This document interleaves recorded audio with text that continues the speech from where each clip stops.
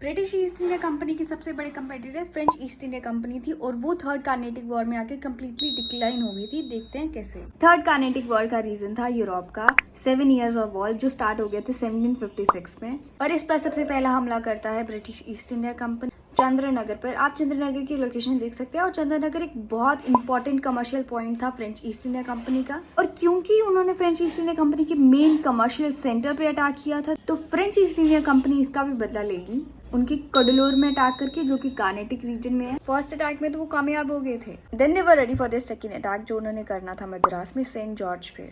लेकिन उस टाइम तक ब्रिटिशर्स की कंडीशंस बहुत अच्छी हो गई थी, उनकी फाइनेंशियल स्टेबिलिटी बहुत अच्छी हो गई थी, क्योंकि वो बैटल ऑफ प्लासी भी जीत गए थे जो कि हुई थी 1757 में। और 1760 में होती है बैटल ऑफ वेंडी वॉश, जो कि होती है French east India company and British East India company के बीच में। एंड ऑफ कोर्स कौन जीतेगा? जिसके पास फाइनेंशियल सिचुएशन ज्यादा अच्छी है। End of course Britishers von that, जिसकी वजह से Britishers took away many settlements that was coming under the French east India company. And जिस 7 ईयर वॉर्स के बारे में मैंने आपको बताया था बिल्कुल स्टार्टिंग में, वो भी खत्म हो गया था 1763 में आके। And in the same year 1763 में ही एक ट्रीटी साइन होती है, उस ट्रीटी का नाम है ट्रीटी ऑफ पेरिस, जिसकी वजह से सब कुछ शांत हो जाता है। थर्ड कार्नेटिक वॉर एंड हो जाती है।